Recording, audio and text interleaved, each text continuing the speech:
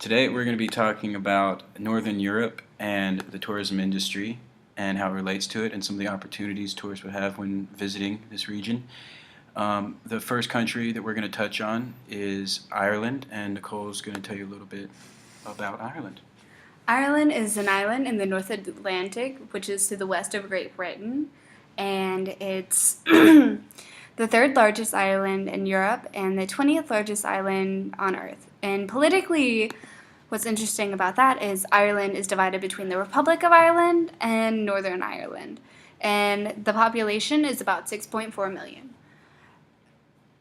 And with the Ireland attractions, two of the most common are the Guinness Storehouse, which is a more modern attraction, and it was built in 2000. The Guinness Storehouse is a Guinness-themed tourist attraction in Dublin, Ireland, and since the opening in 2000, the Guinness Storehouse has received over 4 million visitors. And one of the more traditional ones is the Blarney Stone. The Blarney Stone is a block of limestone built into the battlements of Blarney Castle, about 5 miles away from Cork, Ireland. And according to legend, and this is really cool, kissing the stone endows the kisser with the gift of a great eloquence or skill at flattery. And the stone was set into the tower in the castle in 1446 when the new castle was built. And I'm going to hand it back to Griff. Okay, and before we touch on our next country that we're going to highlight, I just want to briefly talk about the history of this region.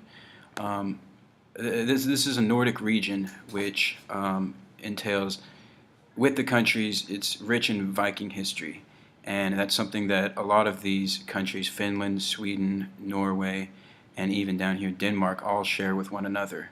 And that's really important because it shapes a lot of these tourist attractions between the castles and the fjords that they would sail on back in Viking day.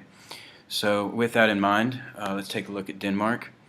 And Denmark has been hailed as the fairy tale city often because of its very high tax rate and a lot of income equality, which puts socioeconomic status very high. Some of the attractions in Denmark, including Legoland, which is located in Bulland, next to a Lego factory, which is a great attraction for families, including kids. And a more authentic would be the Botanical Garden, which is located in Copenhagen, the most visited tourist destination of Denmark. And it was built in the 1600s and currently has 5.5 stars on TripAdvisor, which we all know is very tough to get and a reputable source.